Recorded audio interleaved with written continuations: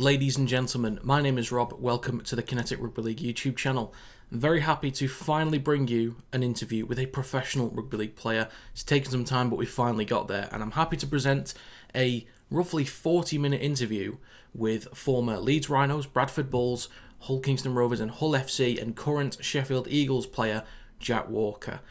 We talk about his experience in the 2017 Grand Final, his experiences at some of those clubs that I just mentioned, and differences between Super League and Championship.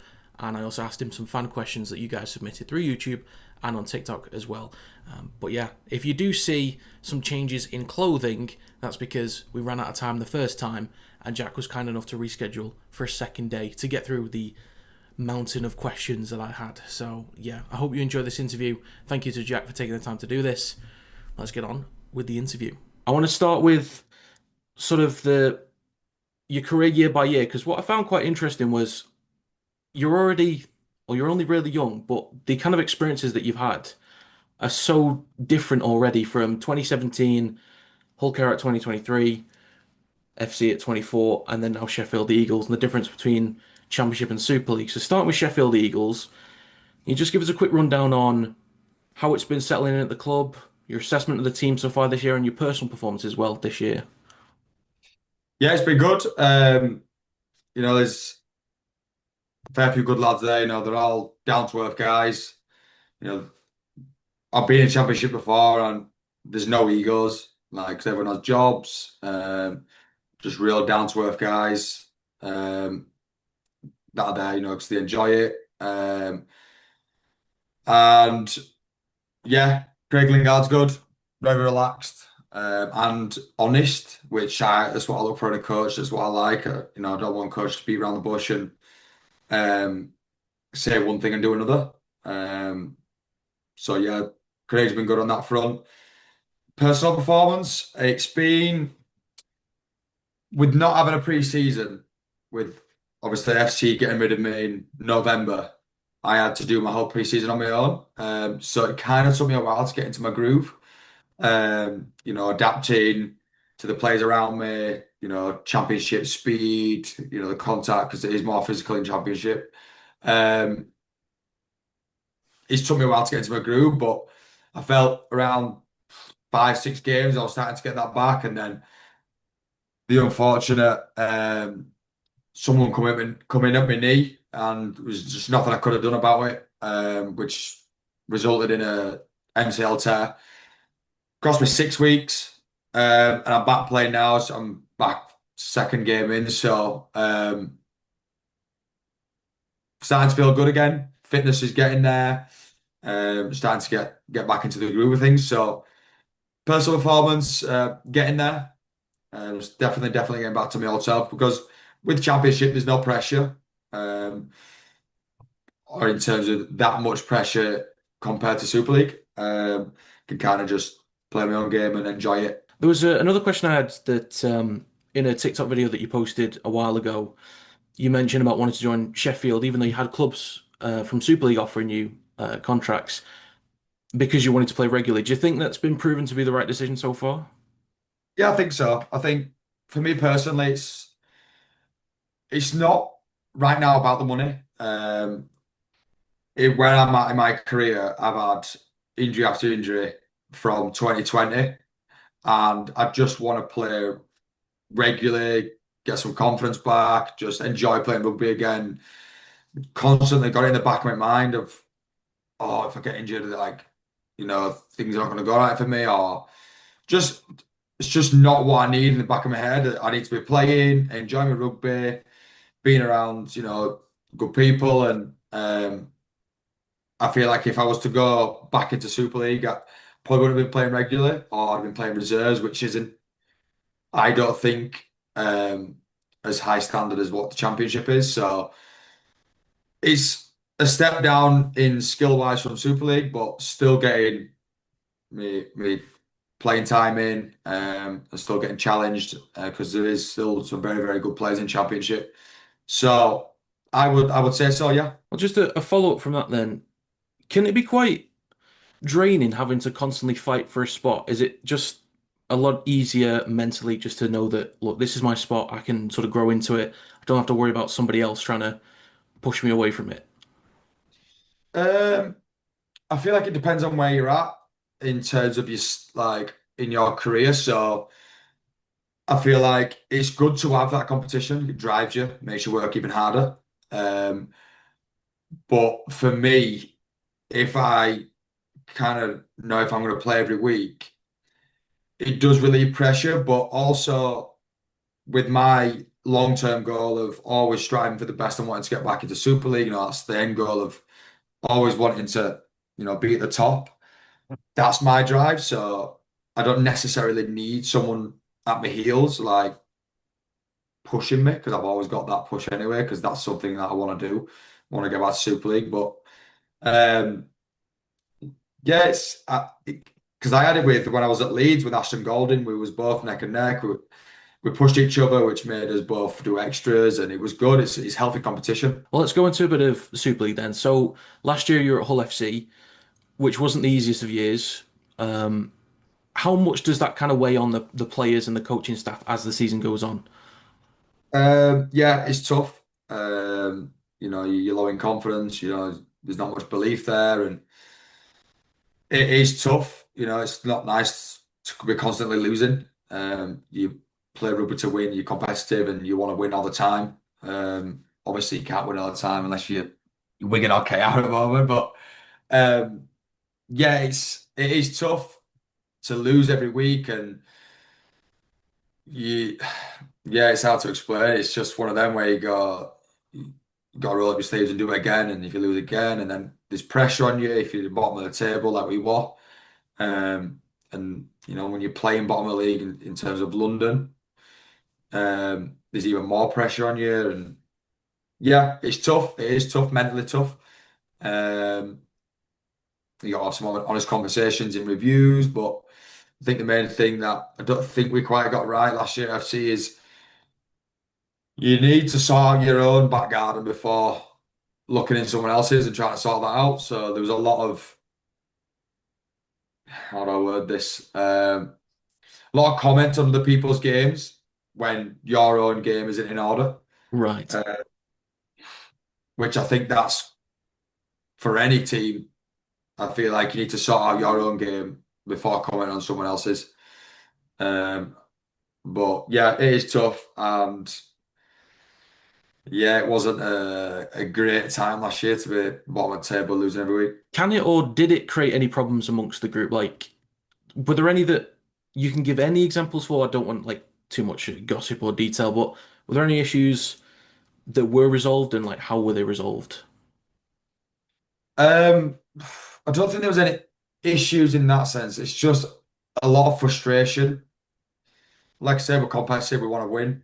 Um, and we're losing every week. You kind of look at everything. So, like, if it can all go down to little tiny things as being a professional, as if you forget your water bottle, you know, people on your coaches are on you, and you forgetting your water bottle in training ain't gonna change game day. That's in my view anyway. Like, people can say, "Oh, if you're sloppy off the field, you'll be sloppy on," but like, people forget things like it's just a normal thing. Like, it's hard. Like, yeah, when in training, you know, I get late. Late is not quite good enough, but there's little things like I forget a water bottle, or if you leave a bit of rubbish out.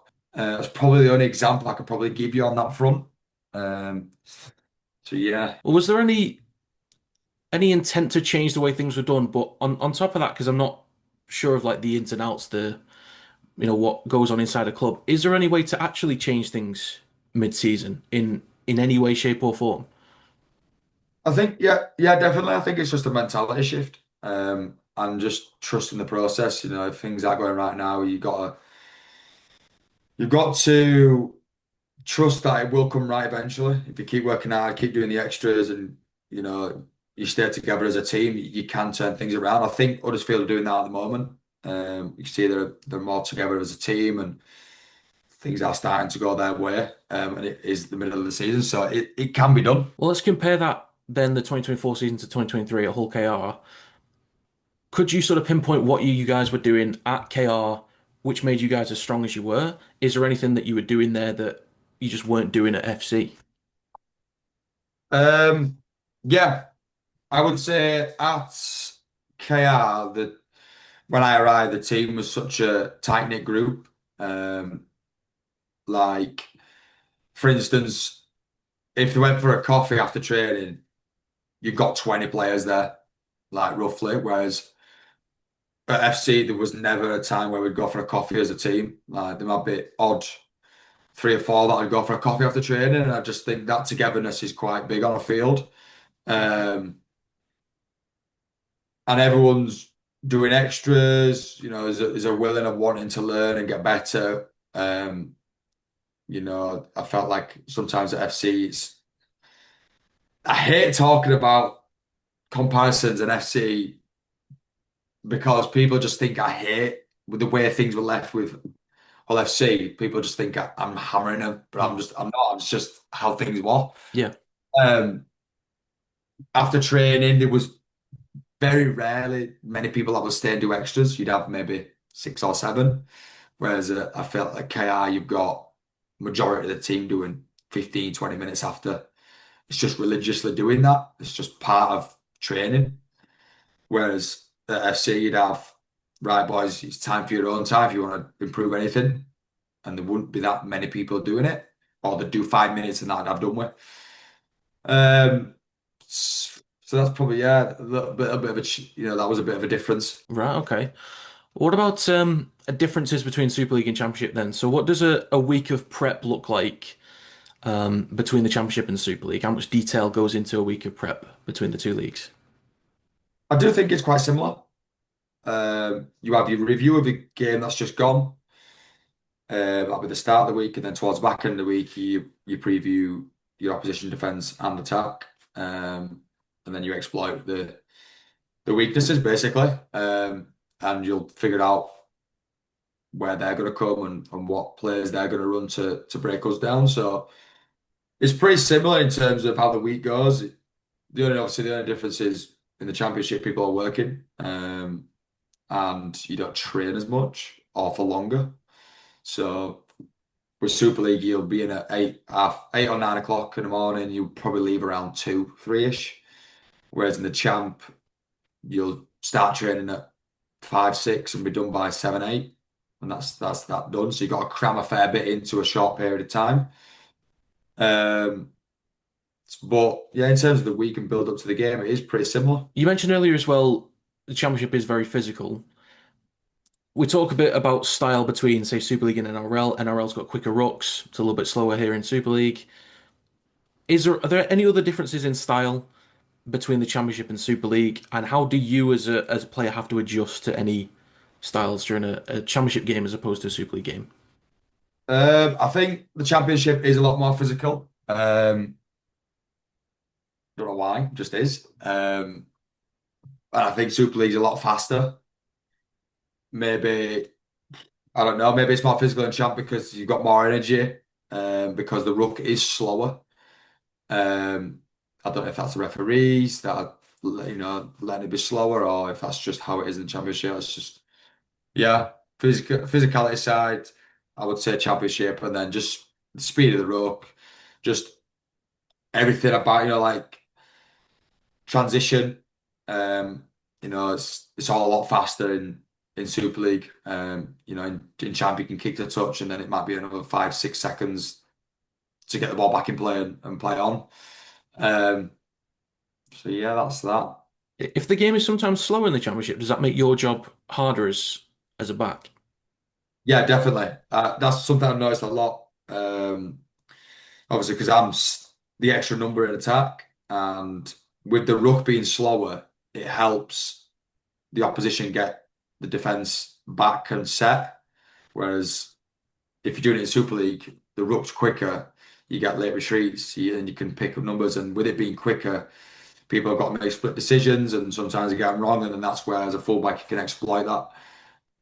But the champ, it's like very slow ruck, so to get the numbers right a lot, um, which obviously makes my job harder. If they've got a set line, it's harder. I guess the last few questions I've got on the like team comparisons, league comparisons. You played for Leeds as well in Super League. Would Leeds, Hull KR FC, would they approach games in a different way? Would they focus on different things? Or is it all pretty much the same?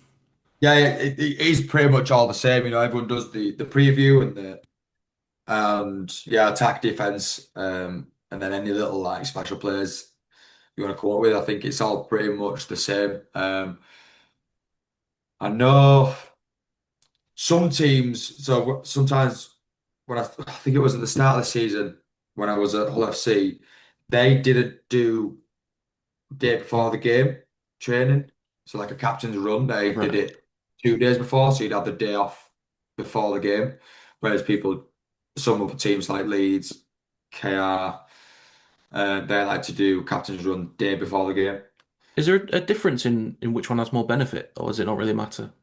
I do prefer having the day off before the game. It means I'm going into the game fresh. Because sometimes, especially the fullback, like you do cover a lot of meters. So in a captain's run, you may cover up to two, sometimes 3K. And that's just in a captain. And then you've got to go do it next day. You're around between 8 and 10K. So like over 2 days, that's a lot. Whereas if you do it 2 days before, a big rest, ready for a big down game day. That's just my personal preference. Well, that's kind of the end of the comparisons then. So I had a bunch of questions about just rugby league in general, getting a professional player's sort of thoughts on them. Do do teams actually get complacent when they play weaker opponents? Because I think people can use that as a talking point. Say like technically speaking, Wakefield is a weaker team than Wigan, but Wakefield still picked up the win.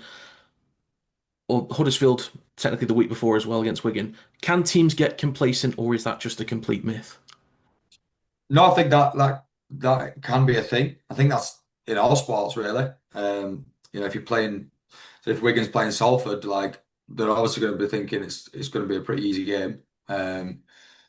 But I think that's all about being a professional and you've got to go and do your job regardless of the opposition. But yeah, I do think being complacent, I think it's part of sport. Um, I think definitely on that front. But I think the Wakey Wigan one at the weekend, I can't see there being any kind of complacency there because I think Wakey are a great side, so Hmm. they'll have had all the respect from Wigan. It's just Wakey come out on top. Can that complacency come from, like, say, lack of intensity from plays in a game, lack of attention to detail throughout the week? Is that what it normally starts from? Uh, Thinking, oh, yeah, this is likely in the bag. There's not much effort, or maybe less effort I that needs think to go into so. it. Yeah, I would say it's they already think the game's won before it's won. Um, and I know coaches use the analysis of you've got to throw the first punch in a game. You bring the intensity and then let them fall away, kind of thing. But if you go into a game complacent and then with a try to smack it mouth and you're like, whoa, what's going on here? So, um, yeah, yeah, I think it is a lack of intent and effort to start with, and then you kind of got to realize that you're in a game, and then you got to try and turn it around before it's too late. Another question I had was on you personally, because I know you've had a lot of injuries in your career already. What does the recovery process look like for you and under the different injuries that you've had? What does that do to you physically and mentally as well? Great question. I would say physically, it's my job. If I get injured, it is what it is. Like I can't moan that I'm in pain. It's what I signed up to do is play rugby. It's unfortunate. Um, so physically, pain wise, yeah, it is what it is. But mentally, yeah, I don't think it gets talked about enough. The mental drain you go through when you get injured and back to back long term injuries, I think really does take a toll on you, really. But um, yeah, I used to think that getting an injury was like the end of the world, and it'd get me really down. Um, I've always got this cloud over my head that he's always going to get injured. I used to get a lot of comments online hammering me about being injured. It's like I don't want to be injured. That's the last thing I want, but it's just how things have happened. Um, so when you hear all that online, plus you're down as it is by being injured, you want to be active, you want to be on the field, you want to do all these things, but the injury is holding you back. So like, yeah, it's when people say things online, they're kicking you while you're down. It's tough. It is tough. Very, very mentally draining.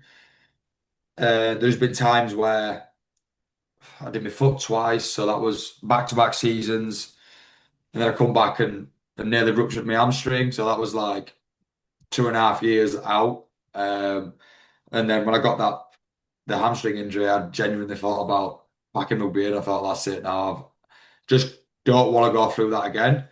But I just thought like I'd never forgive myself if I give up.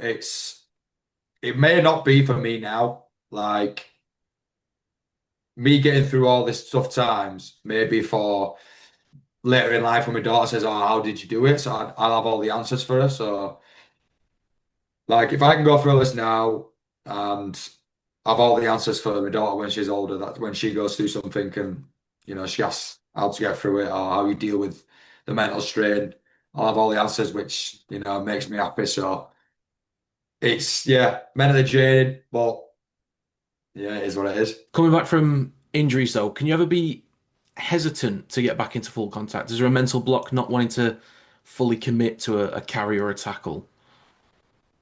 Yeah, for me personally, yeah. I've with what get this right. So over the past from 2022, you could say, no, I haven't had a secure deal. So I was at Bradford. I had 1 year at Bradford. So I've got to perform and I've got to stay on the field. So that's constantly in my head of being hesitant of going full out. So top end speed, top end collisions, fully throwing myself into everything. It's always in the mind. If I get injured, I'm not going to get another deal, or I might even end up in League One. So that's constantly in my mind. So obviously, then I went to KR, and I didn't have a deal at the end of the season. I was getting into playoffs and didn't have a deal. So again, it's going through my mind of if I get injured, no one's going to take me. So constantly dealing with the pressure. Got a little bit of relief when I went to FC. Got to give it a 2 year deal, but then they got rid of me. And then going to Sheffield and I want a month rolling deal. So again, if I get injured or a long term injury, you could say, I've always got it in the back of my mind. Be perfect for me to get, a 2, 3 year deal nailed down, and then I can just fully commit and just go balls out, if you could say, and get back to my old self. Instead of having this constantly in the back of my mind of if I get injured, then I'm not going to get a deal for next year, or what I mean. I'm always treading on ice or treading on eggshells, if you could say. Um, so yeah, it definitely does play a part in my mind, which I am fed up of. So hopefully after this year, if I can get 20 games under my belt, I can kind of say, look, that's it now. I'm kind of back. I've not had a long-term injury since probably 2022, 2020, start of 2023 maybe. Um, so hopefully I've got that on my resume to say, look, give me a long-term deal.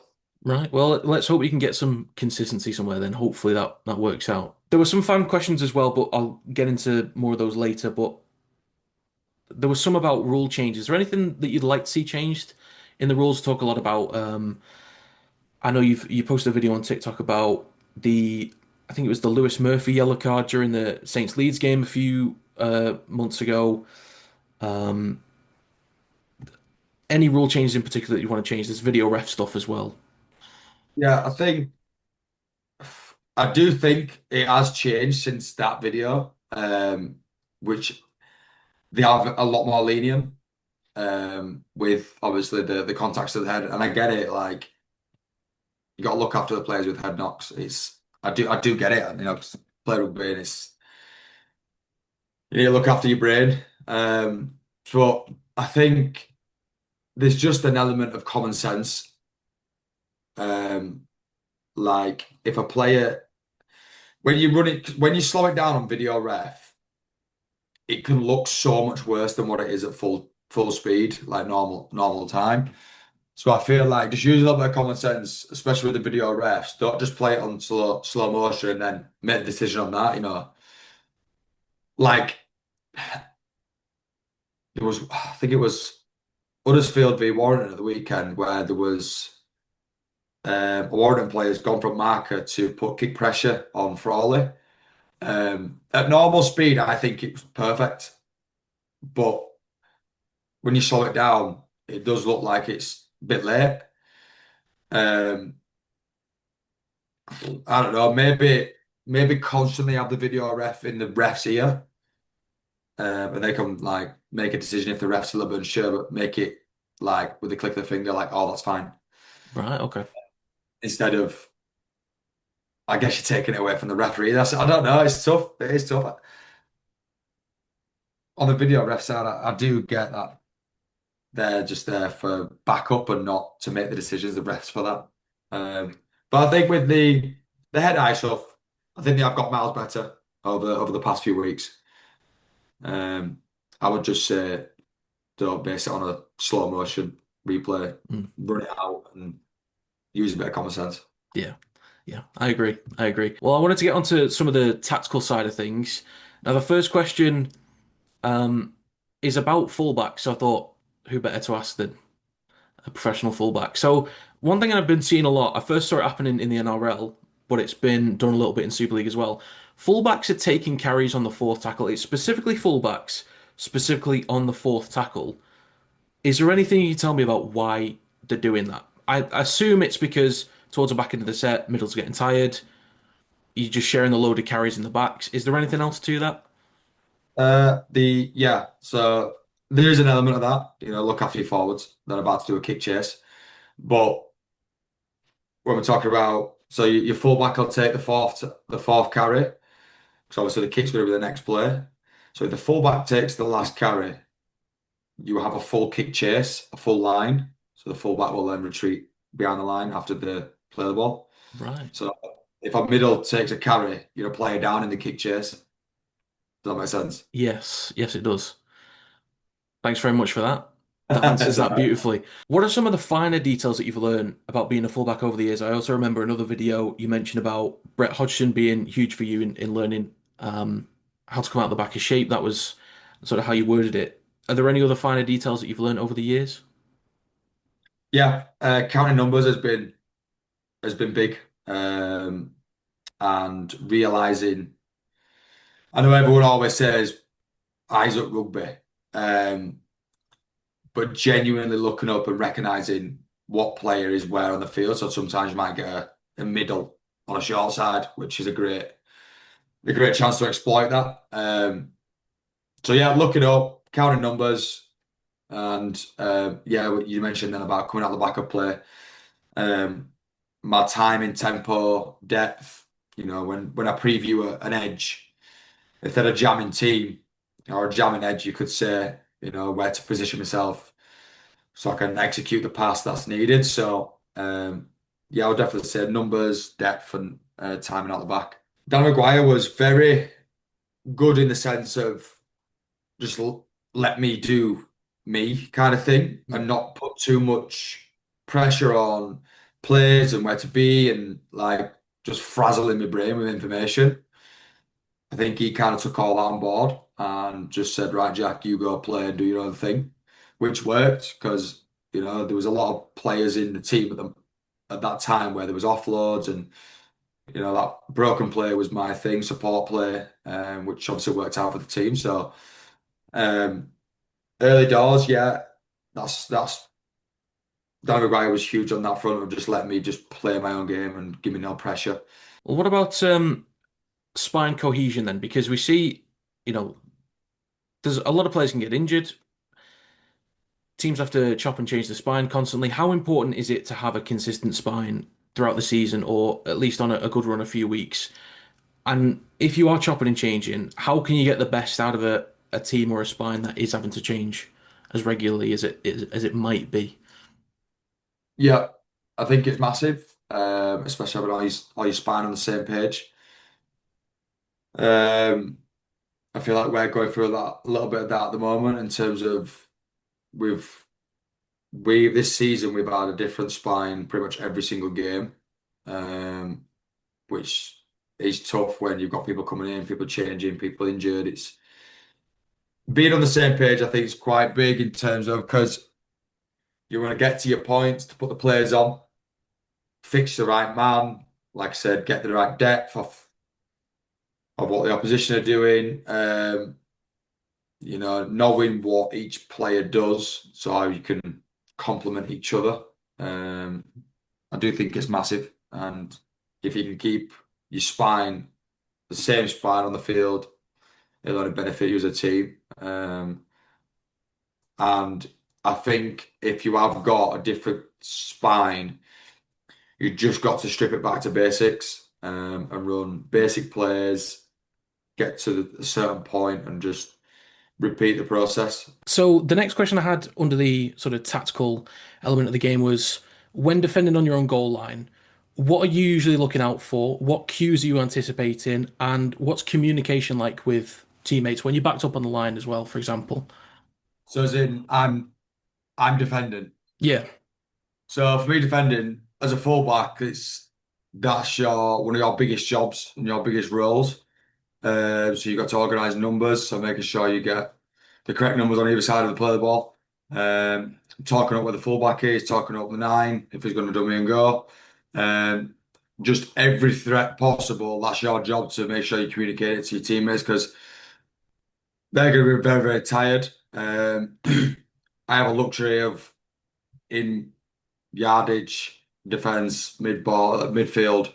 I get to sit back and kind of walk at the back. I get a rest. So when it comes to goal line D, it's very important that I'm on the ball. So yeah, my biggest role is get my numbers right, IDing threats, and position myself for kicks really. let's move on from the tactical and let's get into the 2017 grand final, shall we? Because you were what, 18 at the time? That's ridiculously young age to be playing in the grand final. But let's start with your initial reactions when you knew you'd be playing in the semi-final the week before, the grand final the week after. What was your initial reaction to that? Didn't actually officially find out till the day before the game who was playing, me or Right. Ashton Gordon. Me and Ashton, like, we used to joke about it and go, do you know if you're playing or not? Because I don't. We don't joke about it, but um, we had to go and ask Ryan Mack, like, who's playing. So I obviously said that it was me. And um, yeah, I was just buzzing, but my mindset was like, the job's not done. So just another game to me, and I just got to perform as I've got to I've performed the previous weeks. But yeah, no, it was hell of a day, hell of a game, and my one of my academy coaches was doing the water that day. So when he ran on, it must have been about the 70th minute. We was up. I think it was like 11 points or something. I can't remember what it was, but he ran on and just said to me, "Look, take a step back and just take it all in." And I did. I was just like, "Wow, what is going on here?" Full packed out 80,000, and yeah, it was a mega day. I can imagine. That kind of brings me on to the next question, though, is were you able to kind of think or focus in the same way? I know towards the back end of the game, it was all over pretty much, but were you able to focus the same way that you normally could with a instead of like round 20, the same way in the grand final? I think so. Yeah, I just at the end of the day, I've got to go and perform and do my job. And if I do my job right, and everyone else in 1 to 17 does their job right, then we'll come out with a win. So I just knew if I got my head down and made sure I do it, catch my balls, catch and pass, run, do everything that I've been doing, like I said previously, then I'll be absolutely fine. And that was just my focus going into the game was just make sure I get my job right. That then brings me on to the final one of that. What were your instructions for the game? Any special notes, or is it just nice and simple, doing what you've been doing in recent weeks? Yeah, so for me personally, Dan Maguire was he kind of just said to Brian Mack, let Jack carry on doing Jack. Um, don't give him too much to think about and just let him crack on and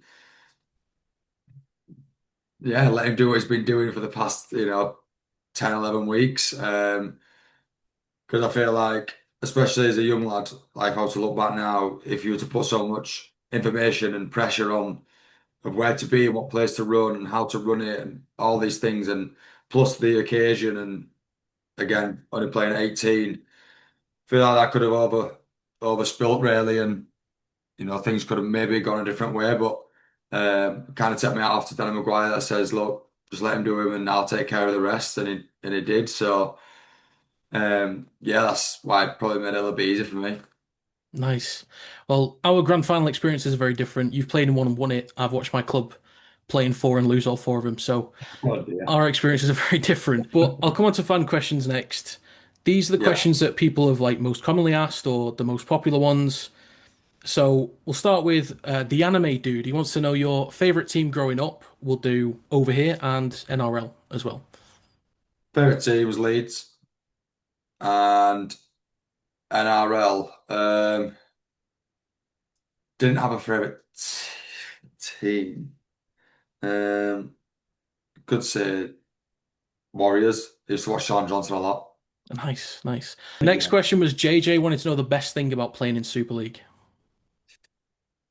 The best thing is, I would say, playing in front of so many, thousands of fans, um, and pressure's a privilege. I've noticed that a lot dropping out of champ. Um, when you're in Super League, you've got 10,000 people watching, and you kind of, you get the butterflies, you're a little bit nervous. But looking at it now, it's a privilege to be in a position to, have pressure on your head. But I would say, yeah, playing in front of so many fans. Toto asked, "What's your pre-match ritual, if you've got one?" I used to have a pre-match ritual. I used to always wear my left sock inside out when I was younger. I don't know why. I just always played well. Okay. Uh, but now I've started working and things are like, I've got family and things are juggled and rushed. I just turn up on the day and play. Kaza asked, "Who's the hardest opponent you face?" Let's maybe do a team and a player, an individual as well. Hardest team, Wigan at their place. And the hardest player, in terms of someone who's skillfully good or in terms of someone that hurts when they tackle you. Oof. Let's go with both. Let's go with both. Um, I would say someone who hurts. I was Gareth Ellis. Right. Got me a couple of times in 2017, and yeah, that's kind of stuck with me. And skillfully, it's got to be, I think, Bevan French. On to a refereeing type question again. This is a fairly common question from Ghost Rider. He wants to know, do you think that refereeing would improve if ex-players became referees? And should we maybe do away with the try, no try guesswork and just send it up to be reviewed straight away? Um, it's funny you say that just because of what happened with Danny Maguire this weekend. I don't know. I don't think so. Look, our job's to play, and they train in refereeing. I just think, yeah, then we may have a bad game as players, and they also might have a bad game as referees. It's part and parcel of it. They can't be perfect, but yeah, if we're to swap, like if a player was to go and do referee, I don't know if that would help.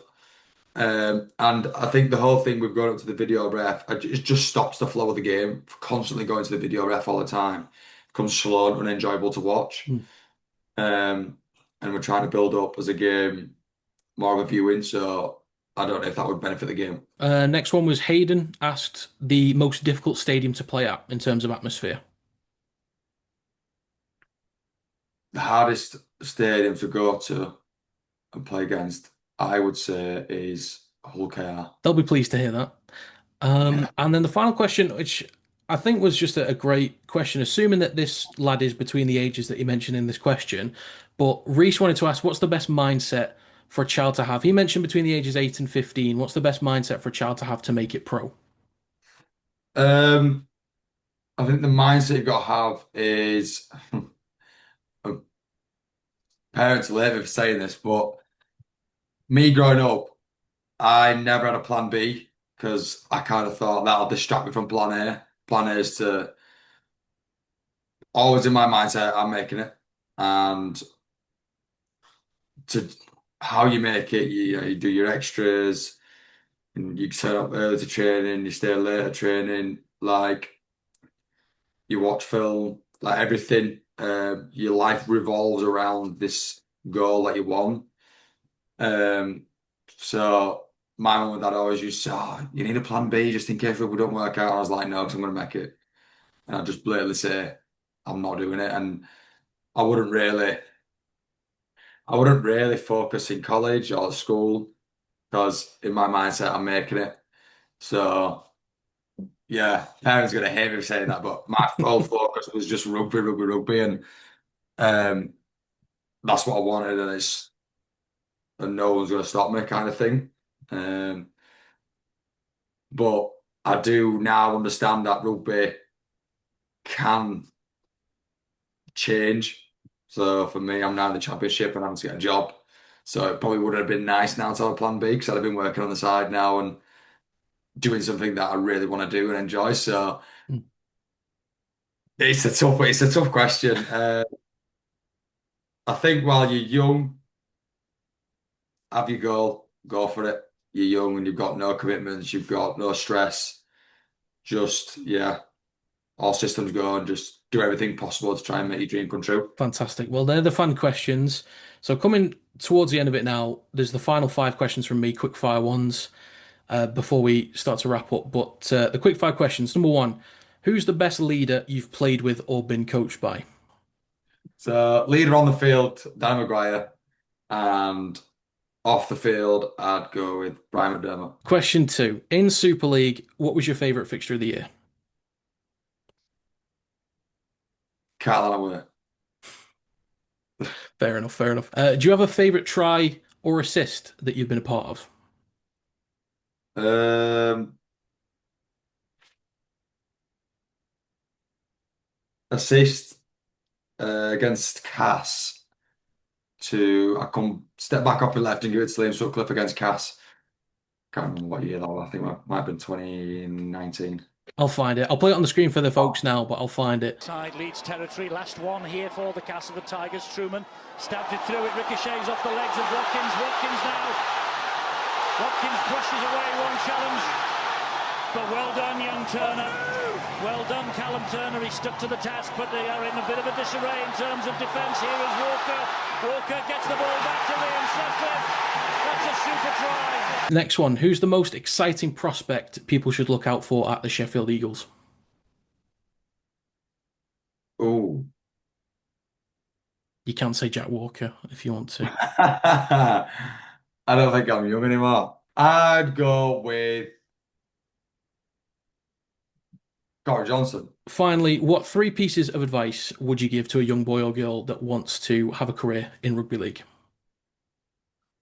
Um, oh.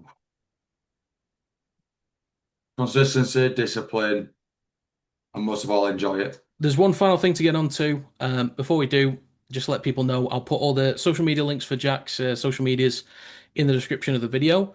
But the final thing is, whenever I get the chance to interview somebody, a constant question I want to ask is about a charity that either means something to them or somebody close to them. Is there a charity that you'd like people to donate to and support? I would probably say MND, Rob Burrow. Yeah, I played with him and got coached by him and everything. So, yeah. MD it is. All right, fantastic. Well, Jack, that is going to be it. Do you want to say thanks very much for taking the time to do this twice, Yeah, by the no way. problem, no problem. But yeah, it's been great and a lot of detail. Learned a lot. So, Jack, thank you very much. All good, mate, all good. So there you have it, folks. Once again, massive thank you to Jack Walker for taking the time to do this interview, not just on one day, but on two, as I mentioned, to actually get through the amount of questions that I had. But I do also really need to thank you guys for the support that you give me here on YouTube and on TikTok as well, because without the support that you guys give me, I can't do videos like this. I can't have enough of an outreach to be able to collaborate with people such as Jack. And as of today, I've hit 1 million views on this channel. which is incredible. Is absolutely incredible. I started making content just before the Rugby League World Cup, the last one in 2021, and now I'm at 1 million views, which is wild to me. So thank you very much for your support here on YouTube and on TikTok as well. And once again, thank you very much to Jack Walker. So hopefully with some others in the works, you'll see some more interviews coming up. But for now, that is going to be it. Thanks very much for watching, and I will see you next time.